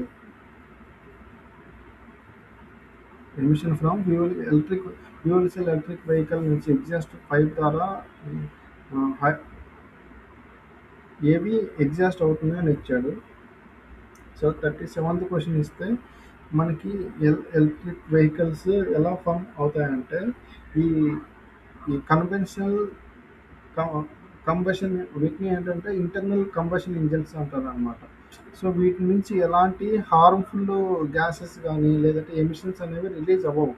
so ఇవి హైడ్రోజన్ ద్వారా అవి ఇంటర్నల్గా కంబషన్ అయ్యి వాటర్ వేపర్ని ఎమిట్ చేస్తాయన్నమాట. So answer is D. 37th, recently ఇది news current affairs question. Pumped storage hydro power is actually appropriately discussed in the context of which of the following అన్నాడు. Pumped storage hydro power ఎక్కువగా మనకి ఎక్కడ use చేస్తాం? ఇరిగేషన్లోనే కదా use చేసేది. So irrigation అక్కడ హైడ్రో పవర్ అన్నాడు. ఈ ఈ హైడ్రో పవర్ స్టోరేజ్ అన్నాడు. సో స్టోరేజ్ అంటే ఏంటి? ఎనర్జీని సేవ్ చేయడం. సో సేవ్ చేయడం అంటే ఇక్కడ ఏమి ఇచ్చాడు options? Irrigation of terraced crops. ఇక్కడ మనం చేస్తున్న ఇరిగేషన్ కాదు, స్టోరేజ్ చేయాలి మనం. లిఫ్ట్ ఇరిగేషన్ ఎనర్జీ అనేది స్పెండ్ అవుతుంది. లాంగ్ డ్యూరేషన్ ఎనర్జీ స్టోరేజ్, ఇక్కడ ఎనర్జీ అనేది స్టోర్ అవుతుంది అనమాట. సో స్టోరేజ్ తెలియకపోతే ఇలాంటి క్వశ్చన్స్ ఇలా సాల్వ్ చేయొచ్చు. 38C answer.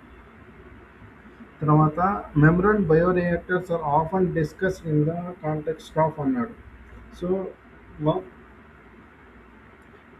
ఇది ఒక మెమ్బ్రేన్ బయోరియాక్టర్స్ అంటే ఏంటంటే ఇది ఒక ఎఫిషియంట్ టెక్నాలజీ అనమాట. ఎక్కువ ఎక్కడ యూస్ చేస్తారంటే వేస్ట్ వాటర్ ట్రీట్మెంట్లో యూస్ చేస్తారు. అందులో ఉన్న వేస్ట్ని ట్రీట్మెంట్ చేయడానికి. So direct question option is D. With reference to Indian economy, collateral borrowing and land lending options are instruments of C. Money market. Direct question.